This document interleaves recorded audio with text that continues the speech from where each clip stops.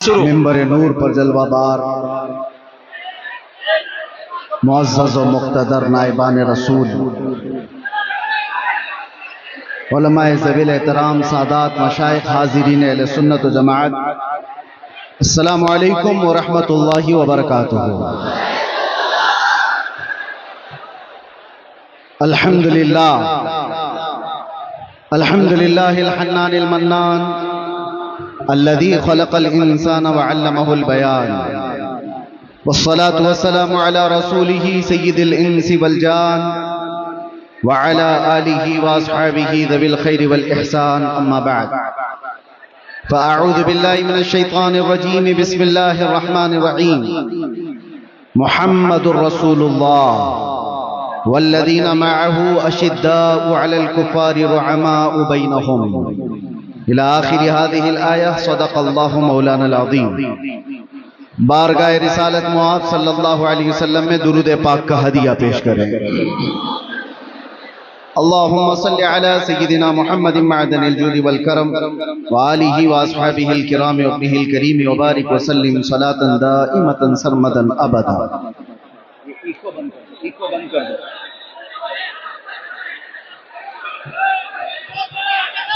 بہر دیدار مشتاق ہے ہر نظر، دونوں عالم کے سرکار آ جائیے۔ چاندنی رات ہے اور پچھلا پہر، دونوں عالم کے سرکار آ جائیے۔ سدرۃ المنتہا، عرش و باغ ارم، ہر جگہ پڑ چکے ہیں نشان قدم۔ اب تو ایک بار اپنے غلاموں کے گھر، دونوں عالم کے سرکار آ جائیے۔ ہلو، سنا ہے آپ ہر عاشق کے گھر آپ لوگ تشریف ذرا لاتے ہینگر سے ہیں۔ نیچے اتر جائیے، ہم معافی چاہیں گے حضرت، تھوڑا لوہا کا پنڈال ہے، تار اگر کسی کو بھی کچھ ہوا تو اس کا ذمہ دار ہم لوگ نہیں ہوں گے۔ آپ لوگ لوہا کا فریم سے نیچے اتر جائے، بڑی مہربانی ہوگی۔ کہیں سے بھی کوئی تار اگر گراؤنڈ کیا تو پورا لوہا کا پنڈال ہے، اس میں پورا کرنٹ آ جائے گا۔ آپ لوگ سے بار بار ریکویسٹ کر رہے ہیں، گزارش کر رہے ہیں۔ ٹھیک ہے انشاءاللہ العزیز، کچھ نہیں ہوگا۔ کرنٹ تو ویسے ہی مسلمانوں میں پہلے سے موجود ہے، کرنٹ کو پھر کیا کرنٹ لگے۔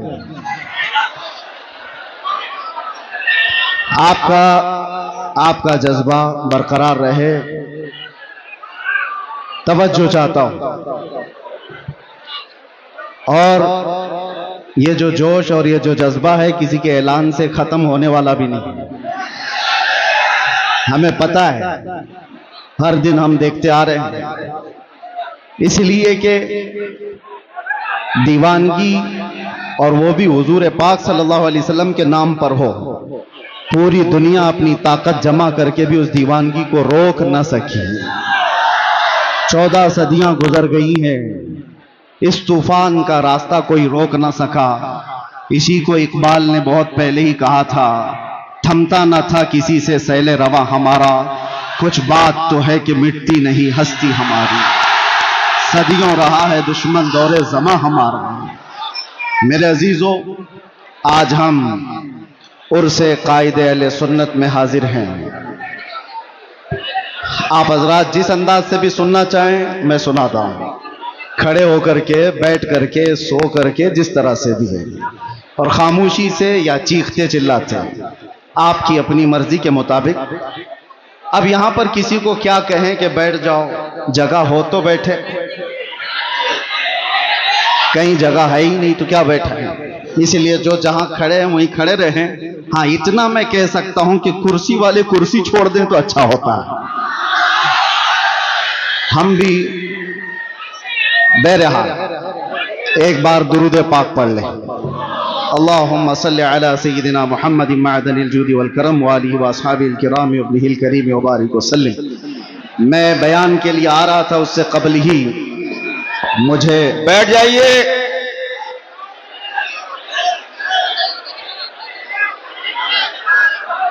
بیٹھیے بیٹھیے، دھکا مکی مت کریے، بیٹھ جائیے۔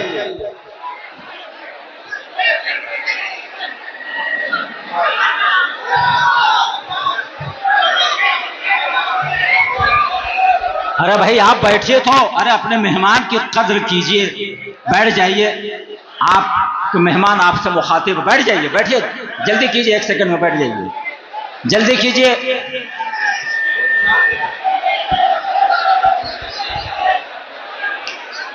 آپ حضرات جس مقدس محفل میں آئے ہیں اس کی طرف توجہ کرتے ہوئے، اور خاص طور پر یہ ممبر جو ہوتا ہے یہ ممبر رسول کہلاتا ہے، میں تمامی نوجوانوں سے کہتا ہوں کہ ادب اگر برقرار نہیں ہے تو پھر اس طرح کے جلسے میں حاضر ہونے کا مطلب بھی نہیں نکلتا، واہ، کوئی فائدہ نہیں ہوتا ہے۔ یہی وجہ ہے مجھے ابھی آنے سے پہلے ہی ہمارے اسیر مفتی اعظم ہند سعید نوری صاحب قبلہ نے کہا تھا تھوڑا ٹھنڈی تقریر کیجیے۔ اب آپ مجھے بتائیں ایسے ماحول میں کون ٹھنڈی تقریر کرتا ہے؟ واہ واہ واہ واہ۔ اور اسی وجہ سے ہم جلسوں میں جانا کم بھی کر چکے ہیں کہ یہ مجمع سنبھلنے کو سنبھلتا نہیں اور وقت ضائع ہوتا چلا جاتا ہے۔ بہرحال آج جس قائد اہل سنت کے عرس میں ہم حاضر ہیں، میں تھوڑا ہی وقت لوں گا۔ ایک ہی بات میں کہوں گا، پچھلے 3 دن سے آپ نے ان کی سیرت پر بہت کچھ سنا ہوگا، علماء، خطبہ، شعراء، یہاں پر بہت ساری چیزیں آپ کو سنا کر جا، لیکن میں اپنی زندگی میں آج محسوس کرتا ہوں، پل پل گھڑی گھڑی اگر کسی کی یاد آتی ہے مشکلات میں تو وہ ارشد القادری جیسے قائد کی یاد آتی ہے۔ امت کو جس قائد کی ضرورت ہے وہ ارشد القادری جیسا قائد تھا، جو علماء کو متحد کرے، مربوط کرے، سیاست میں ہماری قیادت کو ایک نام تک پہنچائے، ہمارے ملی مسائل کو کمرے کے اندر بیٹھ کر کے حل کر سکے، وہ ایک دوسرے پر تیکھے نشانے کرنے والوں پر جا کر کے صلح و مصالحت کی بات کر سکے۔ وہ قائد آج ہمیں نظر نہیں آتا جو قائد اہل سنت کے اندر خوبیاں تھیں۔ حیرت ہوتی ہے کہ اتنے تبلیغی دور، اتنے تبلیغی سفر کرتے ہوئے وہ کتابیں کس وقت لکھتے تھے؟ ان کے قلم میں اللہ نے ایسی برکت رکھی تھی۔ ایک بات میں آپ کو بتاتا ہوں، اللہ تعالیٰ جس سے دین کی خدمت لیتا ہے اس کی زندگی کے وقت میں اللہ برکت دیتا ہے، وہ تھوڑے سے وقت میں بہت کچھ کام کر کے جاتا ہے، عام لوگوں سے یہ ممکن نہیں ہوتا۔ علامہ ارشد القادری علیہ الرحمت والرضوان نے جو ایک قیادت کا اچھا چہرہ پیش کیا، کاش آج امت کو پھر سے ایک ویسا قائد مل جائے گا۔ اہل سنت و جماعت کے درمیان ایک ایسا اونچا چہرہ جس کے زلزلہ اور زیر و زبر سے پوری دنیا آج تک کانپتی ہے، جس کا جواب نہیں دیا جا سکا ہے۔ آپ جمشید پور والے، جو نئی نسل ہے، جو نئے نوجوان ہیں، ینگسٹرز، جنہوں نے اس قائد اہل سنت کو دیکھا نہیں ہے، آپ آج کی دنیا میں جی رہے ہیں۔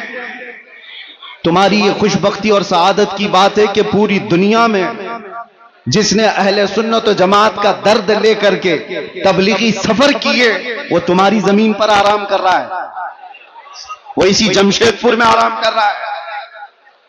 آپ کیا سمجھتے ہیں محلے میں بیٹھ کر کے 4 لوگوں کی اصلاح کر لینا یہ قیادت نہیں ہے؟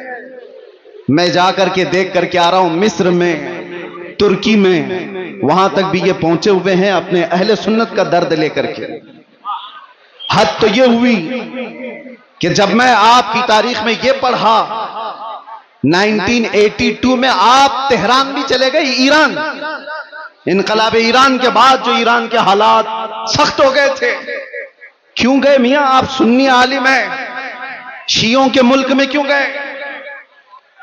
اس لیے نہیں گئے تھے کہ شیعوں سے لفافے لے کر آئے اور اپنا محل بنائے، بلکہ اس لیے گئے تھے کہ تہران میں 5 لاکھ سنی مسلمان جیتے تھے، ان کے مستقبل کی فکر کر کے ہندوستان سے وہ ایران پہنچے تھے۔ ایران کے سنیوں کو ایک مسجد بنانے کی اجازت نہیں دی جا رہی تھی، تو درد ایران کے سنیوں کو نہیں، ہندوستان میں بیٹھے ارشد القادری کے دل دھڑک رہے تھے۔ امت کا درد ہو تو قیادت آتی ہے۔ اور ایک بات میں نے آپ ہی کے اشعار سے اپنی گفتگو کا آغاز کیا، سب سے میری پسندیدہ نعت اکیلے میں جب بھی میں سنتا ہوں سب سے زیادہ الحمدللہ اعلیٰ حضرت کی نعتوں کے بعد ارشد القادری علیہ الرحمہ کی یہ نعت، اس لیے کہ ایسا ہے کہ یہ ہم جیل میں بھی گنگناتے تھے تو تسلی ہوتی تھی۔ بہر دیدار مشتاق ہے ہر نظر، دونوں عالم کے سرکار آ جائی، چاندنی رات ہے اور پچھلا پہر، دونوں عالم کے سرکار آ جائیے۔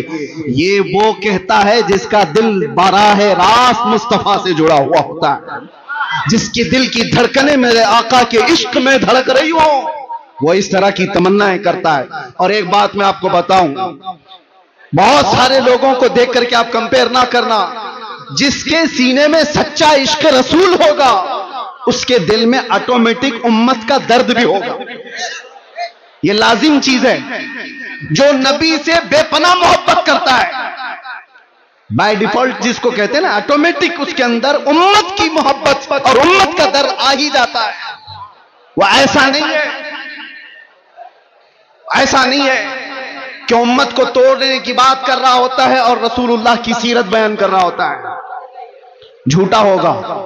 نبی سے محبت کرنے والے کی سب سے پہلی علامت بیان کی گئی ہے، میرے آقا نے خود فرمایا من لم یہتم بامرنا فلیس منا، جو اس حال میں صبح کیا کہ میری امت کا خیال نہیں کیا وہ میری امت میں سے نہیں ہے۔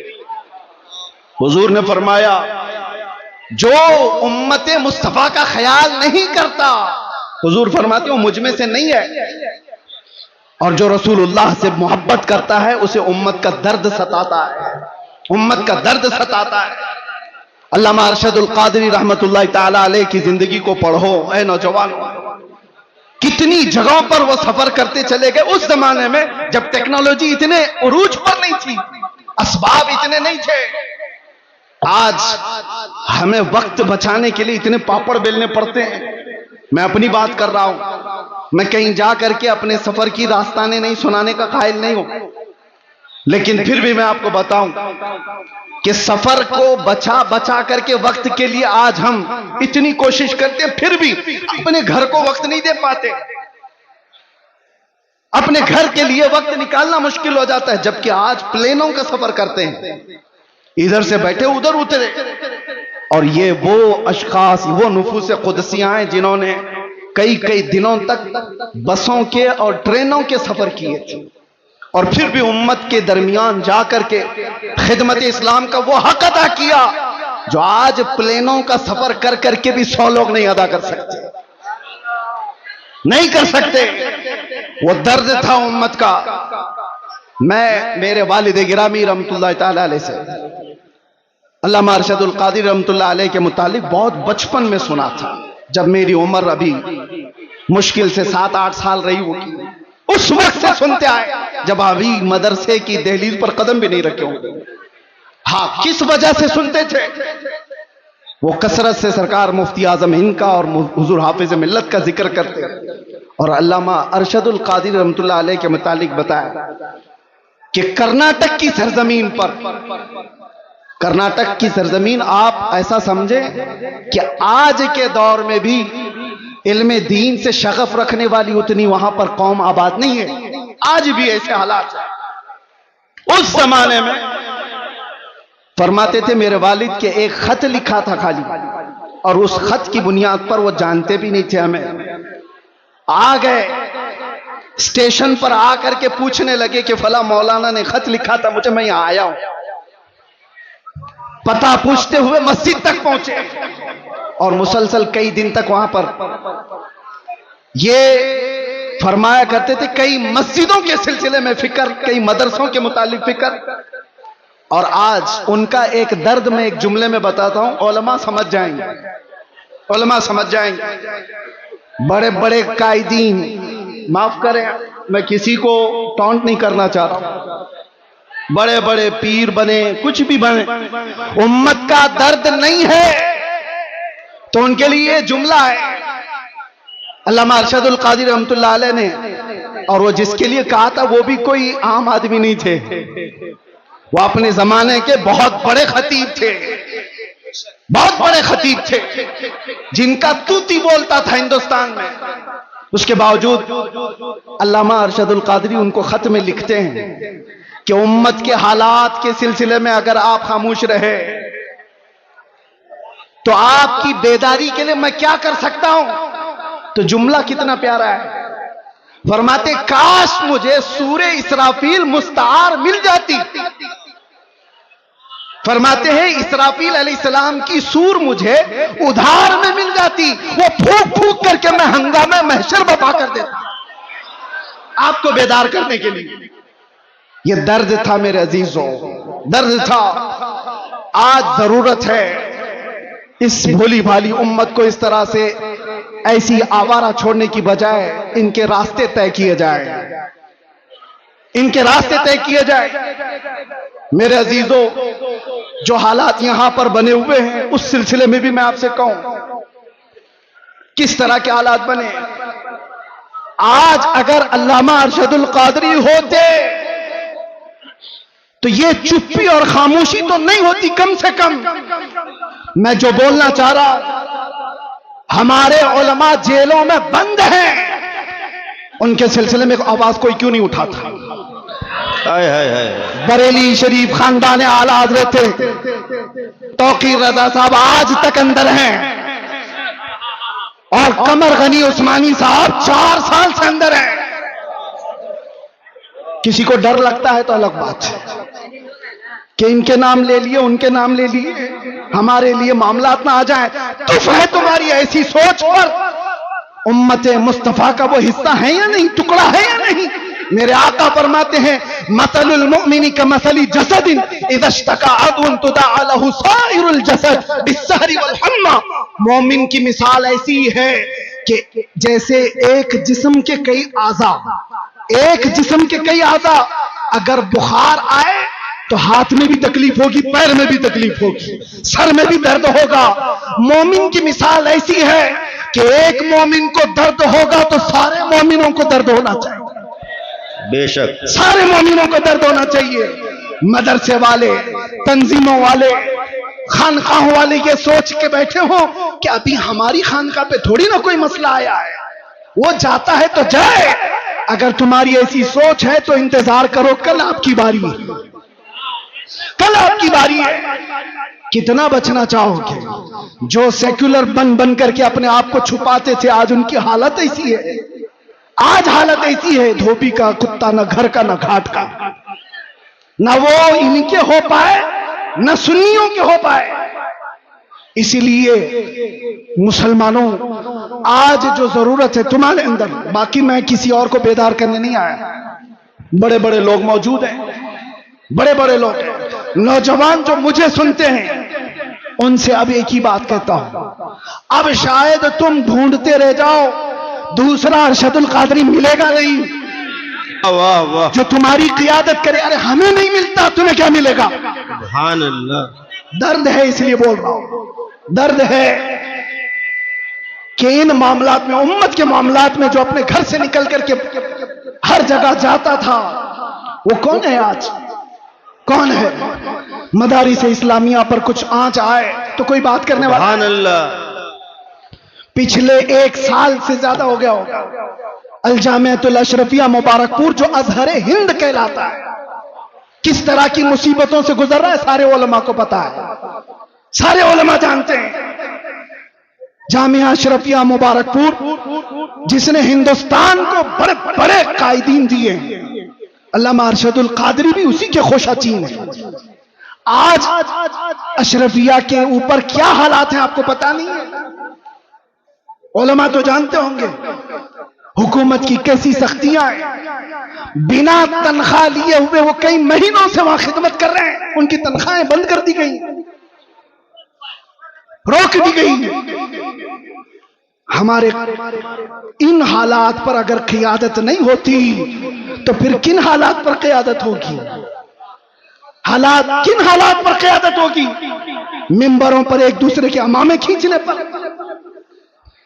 توجہ چاہتا ہوں، رئیس القلم ہمیشہ یہ چیز پسند فرماتے تھے کہ امت کا درد رکھنے والا کوئی عالم کسی خطے کا ہو، وہ میرے گھر کے بچوں سے زیادہ عزیز ہے.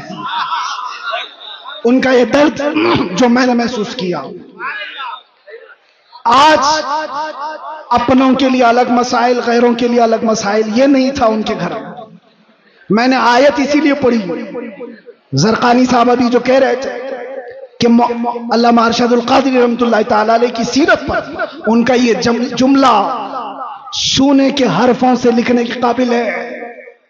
اپنوں سے غیروں سے مقابلہ ہو تو ڈٹ جائیے، اپنوں سے مقابلہ ہو تو ہار جائیے. یہ جملہ آسان نہیں ہے، پریکٹیکل بہت مشکل ہے، اور یہی قرآن کا مفہوم ہے. اشداء علی الکفار رحماء بینہم. صحابہ کی یہی صفت تھی، وہ سخت تھے تو غیروں کے لیے، اور آپس میں نرم دل تھے. ایسے نرم دل، ایسے رحم دل تھے. سختی ان لوگوں پر کرنی چاہیے تھی جو میرے نبی کی شان میں بھونکتے ہیں، نہ یہ کہ مسلمانوں کے لیے. جب سے یہ چیزیں ہمارے اندر بدل گئی تو ہمارے حالات بھی ایسے تتر بتر ہو گئے. آج دیکھو کوئی بھی آ کر کے ایک چھوٹا سا لیڈر بھی مسلمانوں کی چھوٹی سی ٹکڑی کو کاٹ کے لے کے چلا جاتا ہے. ہر جگہ یہی حالات ہے، ہر جگہ یہی حالات ہے. مجھے کس مسئلے پر بات کروں یہ سمجھ میں نہیں آتا.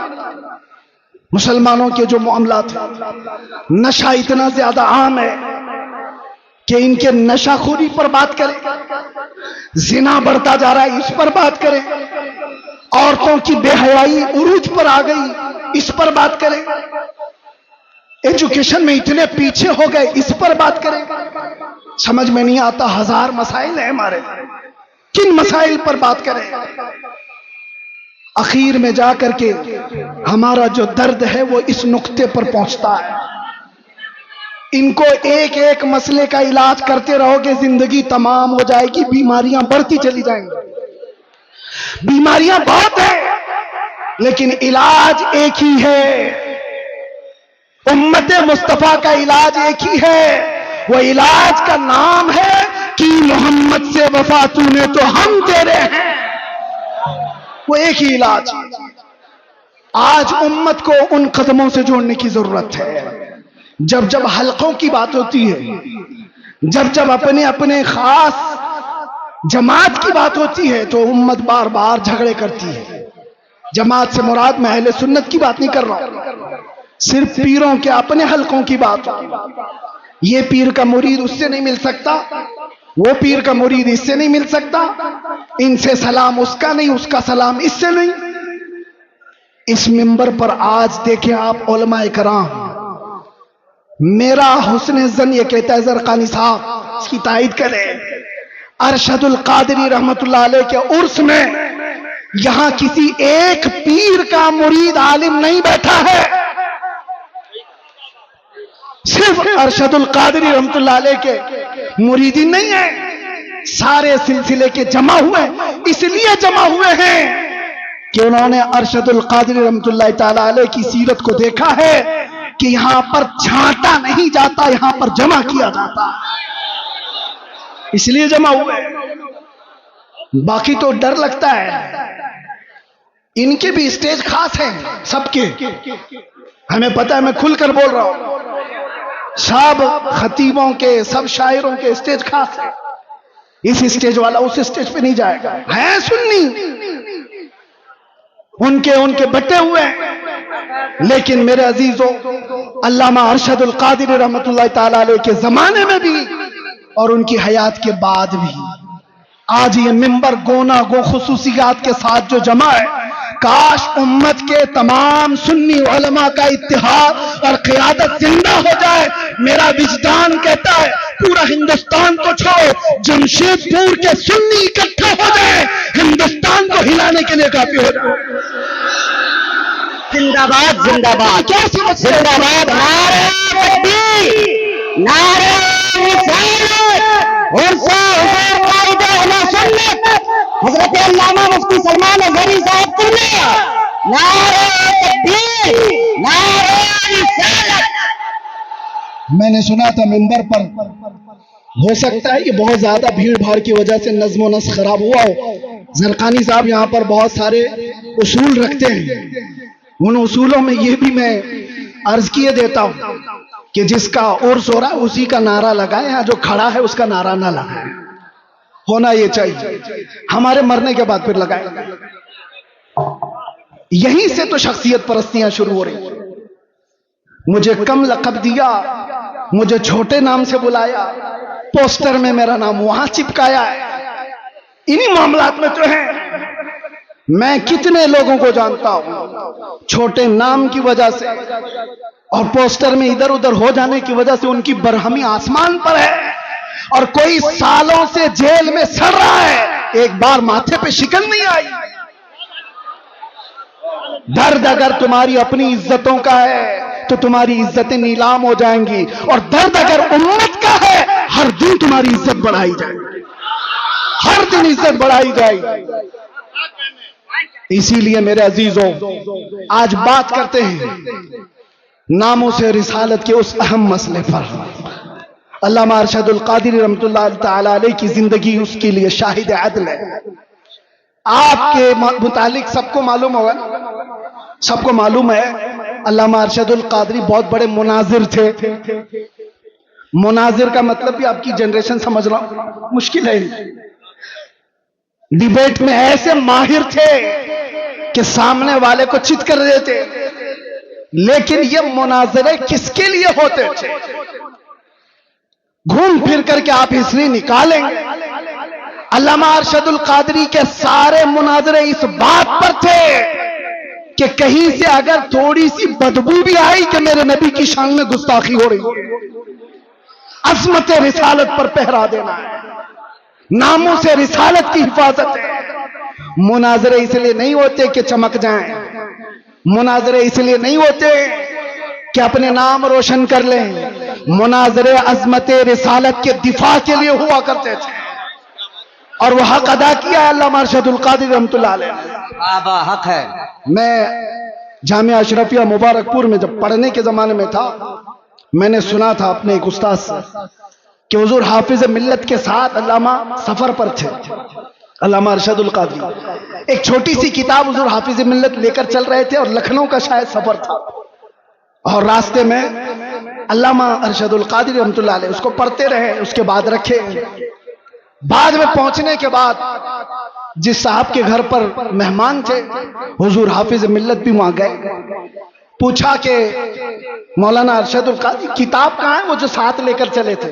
کہا حضور میں تو لینا بھول گیا، چھوٹ گئی، ٹرین چلی گئی. حضور حافظ ملت کو وہ کتاب کی زیادہ ضرورت تھی، بہت شدید ضرورت تھی. آپ ناراض ہو گئے، کہا اتنی بھی کتاب کا آپ خیال نہیں کر رہے، ساتھ میں سفر. کہا کہ حضور تھوڑا سا وقت دے دیں، تھوڑا سا وقت دے دیں، کتاب کے متعلق کچھ نہ کچھ کروں.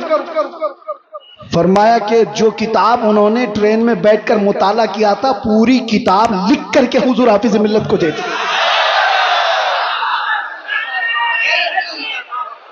ہو سکتا ہے کچھ جملے ماشاءاللہ. کہا غضب کی ذہانت. اب یہاں رک کر کے بھی میں ایک بات بتاتا ہوں، کچرے لوگوں کے دماغ اتنے نہیں چلتے. عشق رسول ہو تو ذہانت آسمان پر ہوتی. اعلیٰ حضرت کی ذہانت کو کوئی پہنچ پائے گا؟ اعلیٰ حضرت کا دماغ جو چلتا تھا 100 سال پہلے لکھی ہوئی کتابیں آج کے لوگ اینک لگا لگا کر نہیں پڑھ پاتے. اعلیٰ حضرت کی ذہانت کس بنیاد پر تھی؟ اعلیٰ حضرت کا بھی دماغ جو عرش اولا تک پہنچا تھا وہ عشق رسول کی بنیاد پر.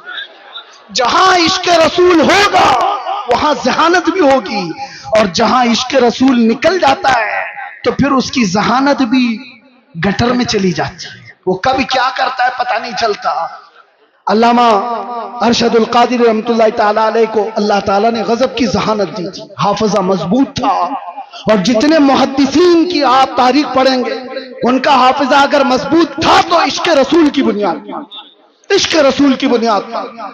اس لیے اے نوجوانوں آج کچھ حاصل کرنا ہے تو کچھ مصیبتیں تو ہیں ہمارے پاس. مثال کے طور پر میں بتاؤں، کچھ بھی کہنے جائیں تو نوجوان کہتے ہیں ہمارے علماء سپورٹ نہیں کرتے، ہمارے علماء سپورٹ نہیں کرتے، ہمارے اندر جوش ہے، جذبہ ہے، علماء چپ بٹا دیتے ہیں، ہم پڑھنا چاہتے ہیں قاری صاحب ہمارا ساتھ نہیں دیتے. بہت سارے مسائل. لیکن تم کیا یہ عذر بھی قیامت کے دن پیش کر سکتے ہو؟ مجھے بتاؤ، کیا تمہیں اپنے گھر میں تنہا بیٹھ کر کے بھی اپنے نبی سے کثرت سے محبت کرنے کے لیے بھی کوئی روکتا تھا؟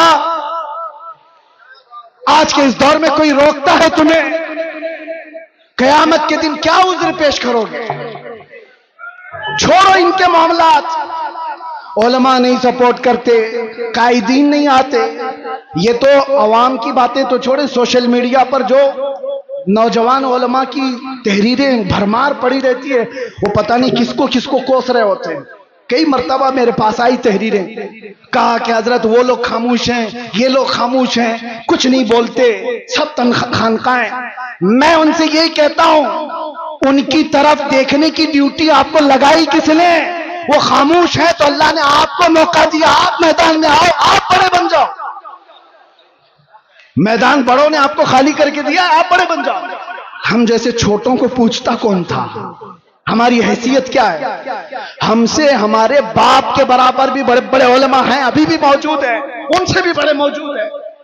میرے عزیزو، ایک درد لے کر کے میدان میں کیا اترا؟ میں نے ایک بار ہی مصطفیٰ کریم صلی اللہ علیہ وسلم کی ناموس کے متعلق اپنے جذبات کا اظہار کیا تھا، اور پھر اس کا اثر دیکھا۔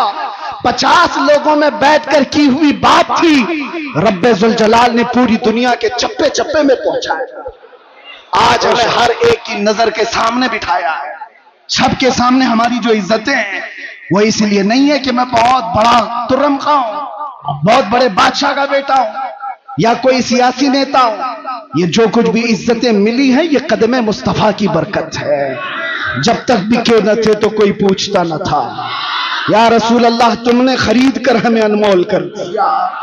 آج دنیا میں یہ مقام دیکھا ہے، جو ایک بار مصطفیٰ کی عزت کی بات کرتا ہے، مولا دل میں اس کو بٹھا رکھتا ہے، اور پھر سوچو جو اپنی زندگی حضور کی محبت میں فنا کر دیتا ہے، تب جا کر کے بریلی کا امام احمد رضا بنتا ہے۔ بے شک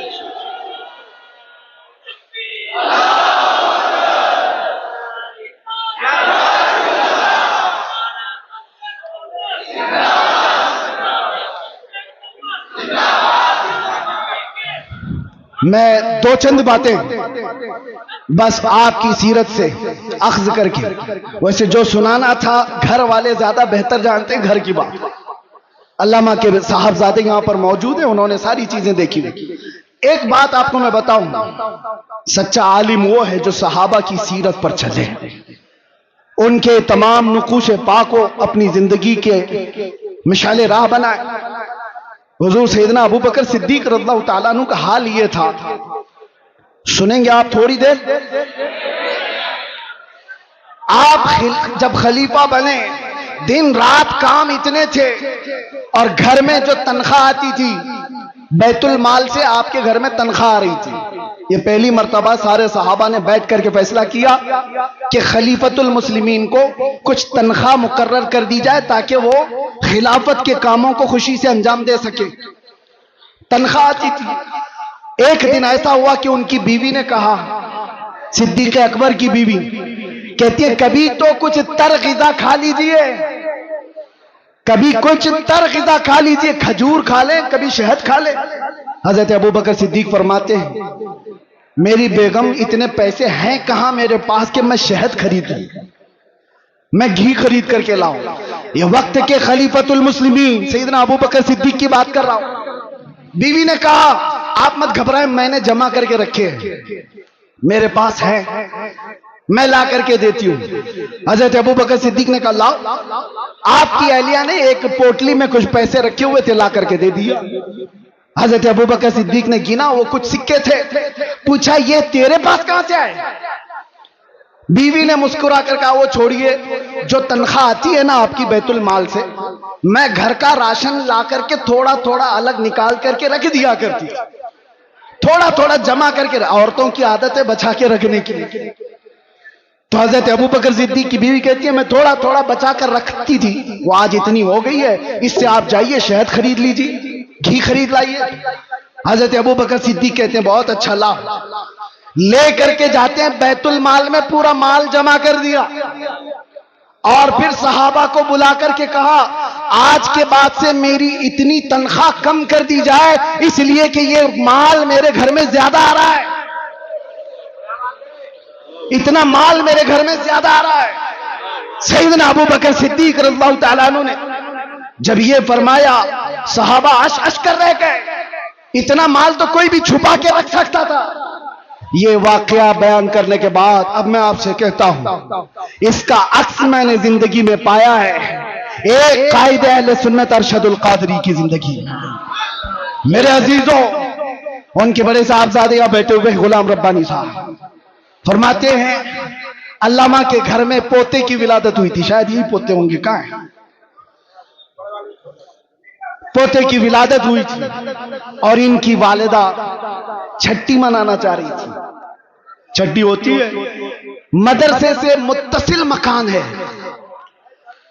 تو چھٹی جب ہو رہی ہے عورتیں کچھ کھانا پکانا کر رہی ہوں، تو دیگ کی ضرورت تھی پانی جمع کرنے کے لیے، تو ان کی والدہ محترمہ علامہ کی اہلیہ مدرسے کے مطبخ سے وہ دیگ منگوائی سیکریٹری سے یا کسی سے بول کر کہ آج ہمارے گھر میں کچھ فنکشن ہے، اس میں پانی جمع کرنا ہے یا جو بھی، منگوا کر کے اپنے گھر میں رکھا اور پانی بھرا۔ پانی آتا بھی نہیں تھا جیسے وہ بتاتے۔ اچانک دوپہر کو یا جس وقت آمد ہوئی علامہ ارشد القادری کی گھر میں، انہوں نے دیکھا پہلی نظر میں، اپنی اہلیہ سے پوچھا یہ کہاں سے آیا پانی، اور یہ دیگ تو مدرسے کی لگتی ہے۔ اہلیہ نے کہا ہاں گھر میں آج چھٹی ہے، پوتے کی ولادت ہوئی، میں نے منگوا لیا۔ آپ نے ٹھوکر سے پورا پانی ادھر گرا دیا اور کہا فوراً کے فوراً لے جا کر کے مدرسے میں جمع کرو، اور جتنی دیر اس کا استعمال کیے اتنی دیر کی رسید کاٹ کر کے مدرسے میں جمع کرو، اور کوئی چھٹی پٹی نہیں ہوگی گھر کے اندر۔ اگر قوم کی امانت کا 1 روپیہ بھی میرے گھر میں استعمال ہوگا، میرے گھر میں استعمال ہوگا تو وہ میرے لیے حرام ہے، حرام۔ یہ صدیق اکبر کی ذات سے لیا ہوا پہلو تھا، صدیق اکبر کی ذات سے لیا ہوا پہلو تھا۔ میرے عزیزوں، آج حالات تو بہت الگ ہے۔ اب کیا بتائیں، ہم اس میدان کے آدمی ہیں، یہ اسٹیجوں کی، اور یہ اسٹیج اور یہ پروگرام کتنے کمرشل ہو گئے ہمیں پتا ہے۔ دل نہیں کرتا، ابھی لوگ اس پر دھندا کرنے لگے ہوئے ہیں، بزنس ہوتے ہیں، ٹھیکیداریاں ہوتی ہیں، علماء کی قیمتیں طے ہوتی ہیں، شورا کی قیمتیں طے ہوتی ہیں۔ 1 گھنٹہ بیان کرنے کا وہ اتنا لے گا، 1 نعت پڑھنے کا وہ اتنا لے گا، سارا کمرشل ہو گیا۔ اور وہ ایک ارشد القادری ہے، ایک ارشد القادری، کئی دن ان کے گھر میں فاقے چلتے رہے، خودداری ایسی تھی کہ کبھی گھر کی بات باہر نہیں بتائی، باہر نہیں بتائی، خودداری ایسی تھی۔ اور آپ بتاؤ مولانا لوگوں کوئی بھی ہو، انگلینڈ جانا، امریکہ جانا، ان کے سب کے خواب ہوتے ہیں، کون نہیں جانا چاہتا؟ امریکہ چلے جائیں، انگلینڈ چلے جائیں، یورپ چلے جائیں۔ اور علامہ کو اس زمانے میں انگلینڈ، امریکہ، ساری دنیا پر جانے کے بہت موقع فراہم ہوئے، 1 بار نہیں کئی بار۔ اور اس وقت مجھے بتاؤ انگلینڈ میں، امریکہ میں یا یورپ میں کوئی ایک بندہ ایسا ملے جو یہ کہے ہم نے ارشد القادری کی جیب بھر دی تھی؟ نہیں، جو انہوں نے وہاں سے لیا وہیں کی زمین پر کوئی ادارہ بنایا اور واپس چلے آئے۔ یہ قیادت تھی۔ لندن کی سرزمین پر انہوں نے پہلا جب ادارہ بنایا تھا، مفکر اسلام علامہ قمر الزمان خان اعظمی رحمۃ اللہ دام ظلہ العالی حفظہ اللہ ورعاہ ابھی بھی موجود ہیں۔ علامہ ارشد القادری کی زیر نگرانی کتنے سال انہوں نے خدمات کی۔ وہ خود بیان فرماتے ہیں کہ وہاں پر مسجد کی ضرورت تھی، ایک چرچ بک رہا تھا، تو چرچ کے منتظمین ان کے پاس چلے گئے علامہ کہ ہمیں بیچ دیجیے۔ کوئی ہمت کرتا ہے، اور وہاں کے حالات الگ ہیں۔ چرچ والوں سے اس وقت کے 50,000 پاؤنڈ میں وہ خرید و فروخت ہونی طے پائی۔ آپ نے بڑی مصلحت کے ساتھ اس سے بات چیت کر کے 40,000 پہ راضی کیا۔ چرچ خریدنے کی بات کی کہ مسجد بنے گی۔ اور اس وقت جانتے ہو سب سے حیرت کی بات میں یہ کہہ رہا ہوں، علماء حوصلہ رکھو، حوصلہ۔ علامہ ان کے آس پاس وہ نئی جگہ ہے، ان کے لیے نیا علاقہ ہے، لوگوں کو منتخب کیا اور کہا یہ خریدنا ہے، اور جو ٹوکن دینا ہوتا ہے شروع میں، آپ کیا کہتے ہیں اس کو، ایڈوانس دینے کے لیے اس وقت علامہ صاحب کے پاس جو پیسے تھے وہ صرف 500 پاؤنڈ تھے اور 40,000 پاؤنڈ کی خریداری کر کے آئے۔ کس کے بھروسے؟ اس ارشد القادری کا توکل بھی ویسا ہی تھا جیسا غریب نواز ہندوستان آتے وقت توکل لے کر کے آئے۔ قدم رکھنا ہمارا کام ہے، میدان بنانا میرے مولا کی شان۔ قدم رکھا، اور آج ایک نہیں دو نہیں دسیوں مساجد اور ادارے انگلینڈ کی سرزمین پر قائم ہیں۔ ورلڈ اسلامک مشن جو علامہ ارشد القادری کی بنائی ہوئی تنظیم تھی، جو پوری دنیا میں، ارے ہم ازہر میں تک دیکھا، ہم نے دیکھا جامعہ ازہر تک وہ چلے گئے، صدام یونیورسٹی جب بن رہی تھی اس میں بھی آپ کا بڑا کردار ہے، بغداد گئے، تہران گئے، کتنے ممالک کے سفر کیے، اور جب ان کو اپنے بھولے بھالے جوانوں کا درد ستاتا تھا کہ یہ تبلیغی جماعت کے چکر میں پڑ جائیں گے، تو دعوت اسلامی کا قیام بھی آپ کی ایمان پر ہوا تھا۔ علامہ ارشد القادری رحمۃ اللہ تعالی علیہ کا، اور ایک بات یہ بھی میں بتاتا ہوں، وہ تحریک خوب پھل رہی ہے، پھول رہی ہے، اور پھلے پھولے، لیکن کسی تنظیم اور تحریک کے پھلنے پھولنے میں اس کے بانی کے اخلاص کی بہت زیادہ ضرورت ہوتی ہے، اور وہ اخلاص ارشد القادری کا ہر جگہ پر نظر آتا ہے۔ حافظ ملت کا ادارہ یوں ہی قائم نہیں ہے، سیمنٹ اور گارے کی عمارتیں بنانا بہت آسان ہے، اشرفیہ بنانا آسان نہیں ہے۔ کیوں؟ صرف عمارتیں بنانے کا نام آپ مت سمجھ لیں ادارے ہیں۔ اس کی ایک مثال میں آپ کو بتاؤں، کعبہ کتنا ہے، کتنے بائی کتنا ہے، آپ جا کے ناپ کے دیکھ لو۔ آج ہندوستان میں وہ کوئی بھی ہو، ایک چھوٹا سا مڈل کلاس کا آدمی بھی اپنے خرچے سے، جتنے میں اس کا گھر نہیں بنتا اس سے کم خرچے میں کعبہ بنا سکتا ہے۔ 4 کونے بنانے، نہ کوئی ڈیزائن کرنا ہے، نہ کھڑکیاں، نہ اندر ڈیکوریشن، بن تو جائے گا۔ اتنے صدیوں سے کوئی کعبہ کیوں نہیں بناتا؟ کیوں نہیں بناتا؟ آپ سمجھو کعبہ صرف یہ 4 دیواری اور 4 کونے کا نام نہیں ہے، تم بنا تو لوگے، کروڑوں دلوں کو کھینچنے کی کشش کہاں سے لاؤ؟ یہ کہاں سے آتی ہے؟ یہ عمارتوں کے بنانے میں نہیں آتی، وہ مخلصین کی برکت ہوا کرتی ہے۔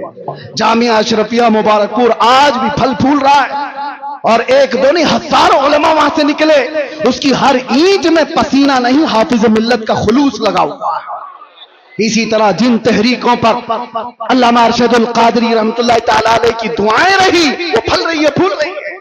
اخلاص جس کے اندر لگا رہے گا اس میں برکت بھی زیادہ رہے گی، قادر و قائم رہے گا۔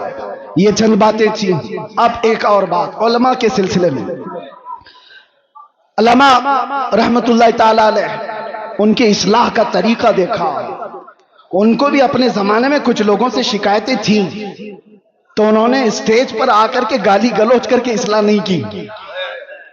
ان کو بھی بہت سارے لوگوں سے کئی مسئلے ہوئے، لیکن ان کے خطوط گواہ ہیں کہ انہوں نے دوسرے علماء کی اصلاح کیسے کی۔ ان کے لکھے ہوئے خط آج بھی گواہ ہیں، جب ان کو کسی کی اصلاح کرنی ہوتی تو کیا لب و لہجہ استعمال کرتے تھے۔ یہ امت کا درد رکھنے والا کہہ سکتا ہے، امت کا درد رکھنے والا۔ ایک واقعہ اس پر شاہد عدل ہے، بقی بن مخلد ایک بڑے محدث ہیں، اندلس کے رہنے والے، انہوں نے تقریباً 1300 صحابہ کی حدیثیں کتاب میں جمع کی تھی۔ مسند بقی بن مخلد وہ ضائع ہو گئی۔ بقی بن مخلد کا میں ایک بار آپ کو تذکرہ سنا دیتا ہوں تاکہ اب یہ علماء کے لیے مسئلہ ہے۔ اس ذمہ دار اسٹیج سے مجھے ایک پیغام دینا تھا۔ بقی بن مخلد کو ایک شوق تھا زندگی میں، وہ امام احمد بن حنبل سے ملاقات کا، ان سے حدیث سننے کا۔ تو اندلس سے، اسپین سے چل کر کے نکلے، پیدل چلتے تھے آپ سفر میں، تقریباً 1.5 سال کے بعد آپ بغداد پہنچے تھے، 1.5 سال سفر کر کے آئے۔ کتنے ہزار کلومیٹر کا سفر ہے اندلس سے بغداد. بغداد آنے کے بعد پتا چلا کہ امام احمد بن حنبل کو حکومت کی پابندیاں ہیں, پولیس کا گھیرا ہے, ان کو بیان کرنے پر پابندی ہے. کبھی یہ واقعہ پڑھتے ہیں تو ہمیں پورے حالات نظر آنے لگتے ہیں. پابندی لگائی گئی امام احمد بن حنبل پر. بہت بڑے محدث امام احمد بن حنبل کون ہیں؟ جن کو 5 لاکھ حدیثیں رسول اللہ کی یاد تھی. وہ امام احمد بن حنبل کی بات کر رہا ہوں. حکومت سخت تھی, آپ پر پابندی تھی, لیکن بقی بن مخلد جس وقت آئے بغداد میں, وہ پوچھتے رہے امام احمد بن حنبل کہاں رہتے ہیں. سب لوگ ڈرنے لگ گئے, ان کا نام لینے سے ہی ڈرنے لگ گئے. ارے کس کا نام لے لیا؟ ہمارے اوپر 19 کیس لگائے ہوئے ہیں, ہمارا نام کوئی لے لے تو سامنے والا بھی سوچتا ارے ان کا نام کیوں لے لیا. ایک تجربے کی بات بتا رہا ہوں. جس کے اوپر حکومت کی سختیاں ہوتی ہیں ویسی قوم اس کو دور کرنے لگتی ہے. اس کے ساتھ نہ بیٹھو, میرے اوپر بھی کیس ہو جائے گا. بقی بن مخلد پوچھتے رہے, کوئی بتا نہیں رہا تھا. کچھ لوگوں نے کہا, انہوں نے پوچھا کیا کوئی اور محدث ہیں یہاں پر جو حدیثیں سناتے ہیں؟ کہا ہاں ہے نا. کہا کون ہے؟ یحییٰ بن معین. وہ بھی پائے کہ محدث تھے. کہا بقی بن مخلد میں جاتا ہوں, ان سے حدیث سنتا ہوں. وہ ایک مسجد میں بیٹھے حدیثیں سنا رہے تھے. کون؟ یحییٰ بن معین.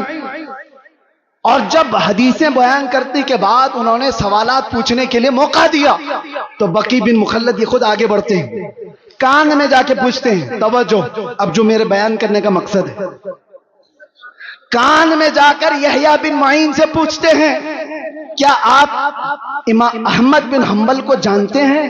کیونکہ سب لوگ ڈر رہے تھے ان کا نام لیتے ہی. حکومت کی سختی ہے, پابندی ہے. احمد بن حنبل کے گھر کے اطراف پہرا لگا ہوا ہے, کوئی نام بھی نہیں لیتا تھا.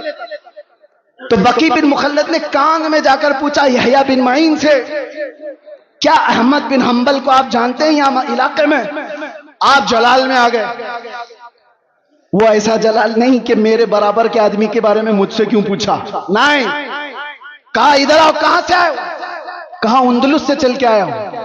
کہا جو بات تم پوچھ رہے ہو وہ کان میں پوچھنے کی نہیں, مجمع عام میں پوچھو. احمد بن حنبل کے بارے میں کان میں مت پوچھو, پورے مجمع میں پوچھو. کہا پوچھو. انہوں نے بلند آواز سے پوچھا امام احمد بن حنبل کے بارے میں جانتے ہیں؟ یحییٰ بن معین نے کہا برجستہ ہاں میں جانتا ہوں, اس وقت وہ روئے زمین کے سب سے افضل ترین عالم ہے اور مجھے ان کی فضیلت بیان کرنے میں کوئی دقت نہیں ہے. یہ کون فرماتے؟ یحییٰ بن معین. اور اس کے بعد بقی بن مخلد پوچھتے ہیں کیا آپ اجازت دیتے ہیں کہ میں ان سے جا کر حدیث سنوں؟ ایک خود محدث ہیں, وہ ان سے پوچھ رہے ہیں مولانا صاحب آپ سے آ کر کے کوئی پوچھے میں آپ سے نہیں پڑھنا چاہتا ہوں, دوسرے مولانا سے پڑھنا چاہتا ہوں. بھگا دے گا, مجھے کیا سمجھ رکھا ہے, مجھے کمتر سمجھا ہے. یحییٰ بن معین کہتے ہیں تم نے بہترین فیصلہ کیا ہے, مجھے بھی وقت ملے تو میں احمد بن حنبل سے حدیث سنوں. یہ ہے وقت کے معاصر علماء کے درمیان محبت اور ایک دوسرے کا احساس. اس کے بعد یحییٰ بن معین کے دربار سے وہ نکلے. بقی بن مخلد پوچھتے ہیں احمد بن حنبل کہاں ہے؟ کہا ان کے گھر پر پولیس کا پہرا ہے. کیسے جائیں گے؟ دکھائے راستہ. جب گئے دروازے پر دستک دیا, امام احمد بن حنبل باہر آئے, جلدی سے اپنا بتا دیا میں اتنے 1000 کلومیٹر کا سفر کر کے آیا ہوں, آپ سے کچھ حدیثیں سننے آیا ہوں. امام احمد بن حنبل نے کہا آج تو آ گیا, کل تجھے پولیس آنے نہیں دے گی. کہا اس کا راستہ میں نے بنا لیا ہے. کیا بنایا؟ کہا روزانہ میں ایک کھٹوری لے کر کے آؤں گا بھیک مانگنے کے لیے, دروازے پر دستک دوں گا, آپ تھوڑی روٹی میرے کھٹورے میں ڈال دینا اور 4 حدیثیں بھی سنا دینا. امام احمد بن حنبل کی بارگاہ میں بقی بن مخلد کئی مہینوں تک اس طرح حدیثیں سنتے رہے. اس واقعے کو بیان کرنے کا مطلب یہ ہے میرے عزیزوں, ایک طرف وہ یحییٰ بن معین ہے, ایک طرف امام احمد بن حنبل, ایک طرف بقی بن مخلد. حدیثوں میں یہ سب بڑے بڑے محدث ہیں, کوئی کسی کے اندر یہ احساس نہیں ہے کہ میں اس سے چھوٹا ہو جاؤں گا اس سے بڑا ہو جاؤں گا. بقی بن مخلد چل کر کے حدیث سیکھنے آ رہے ہیں. یحییٰ بن معین خود بتا رہے ہیں کہ جاؤ امام احمد بن حنبل کے پاس. یہ شان ہم نے دیکھی ہے سرکار مفتی اعظم ہند میں بھی, یہ شان ہم نے دیکھی ہے حضور حافظ ملت میں بھی، یہ شان ہم نے دیکھی علامہ ارشد القادری کی حیات میں۔ آج اگر نفسانیت سے باہر نکل آئے تو آپ میں سے کوئی پیر صاحب اگر یہ کہہ دیں تو بڑی بات ہے آج کے زمانے میں کہ جائیں ہم سے افضل پیر ہوا ہے ان سے بیعت کر لو، بہت مشکل ہے۔ بہرحال یہ سب مسائل چھوڑ دیں نوجوانوں، تمہارے لیے صرف ایک بات ہے، آج جس طرح یہ خالی خالی نظر آ رہے ہیں، علماء کے اپنے مسائل ہیں، معاشی مسائل، حکومت کی سختیاں، اور ہم تو ٹھہرے اسی پاگل کہ آج پکڑے پھر کل پکڑے، پتہ نہیں کیا کیا حالات ہوں، لیکن ان حالات میں اللہ تعالیٰ تمہیں تنہا کبھی نہیں چھوڑے گا۔ یہ امت مصطفیٰ کو صبح قیامت تک رہنا ہے، صبح قیامت تک یہ آباد رہے گی۔ ٹینشن اسلام کے ختم ہونے کا نہیں ہے، آپ کو ڈر یہ نہیں پالنا ہے کہ قرآن ختم ہو جائے گا، اسلام ختم ہو جائے گا، کبھی نہیں ختم ہوگا۔ ٹینشن اس کا لینا ہے کہ اسلام کا کچھ نہیں ہوگا، قرآن کا کچھ نہیں ہوگا، اللہ ان کا محافظ ہے۔ تمہارے اپنے ایمان کا کیا ہوگا؟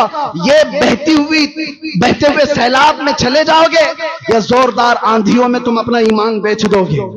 آج کے حالات اس بات کا سوال کرتے ہیں نوجوانوں، تم اپنا ایمان اتنا کمزور نہ کر لو کہ تمہیں وقت کی دولت مند خرید لے، تمہیں کوئی ڈر خرید لے، تمہیں کوئی ڈرا دھمکا کر کے ایمان سے دور کر دے۔ اتنا کمزور ایمان مت پالو۔ اب ہمارے پاس قائدین بار بار نہیں آئیں گے، واضح و نصیحت کرنے والے بھی نہیں آئیں گے، ہو سکتا ہے مدرسے آگے چل کر کے مشکلات کا سامنا کریں۔ یہ ممبر کی بھی عزتیں داؤ پر لگی ہوئی ہیں، آج یہ سجا ہے کل کیا پتہ، اللہ سدا قائم رکھے، شاد رکھے، آباد رکھے، لیکن باطل قوت ان کی نظریں اس پر ہے۔ اس لیے میں آپ سے کہتا ہوں ایک چیز ہے جو 100 سال پہلے ہمیں امام احمد رضا فاضل بریلوی دے کر کے گئے تھے اور یہ سنا کر گئے تھے، جس کے پاس یہ ہوگا اسے فکر نہیں ہوگی، ڈر نہیں ہوگا۔ آپ سب کو ایمان پہ مرنے کی فکر ہے یا نہیں؟ سب کو ایمان پہ، اسلام پہ دنیا سے جانا ہے کہ نہیں جانا ہے؟ لیکن کیسے جاؤ گے؟ بڑے بڑے ڈرتے ہیں اس بات پر کہ آخری وقت کیسا آئے گا، لیکن اعلیٰ حضرت بریلوی والے کہتے ہیں ایک بات یاد رکھ لو، تمہارے لیے پکا ہے کہ اسلام کے ساتھ جاؤ گے۔ وہ کیا ہے؟ انہیں جانا، انہیں مانا، نہ رکھا غیر سے کام، للہ الحمد میں دنیا سے مسلمان گیا۔ لبیک یا رسول اللہ، لبیک یا رسول اللہ، لبیک یا رسول اللہ۔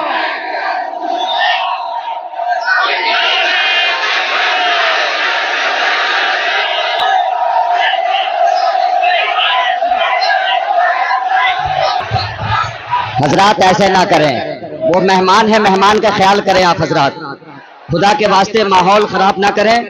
حضرت علامہ مفتی سلمان اظہری صاحب کو ابھی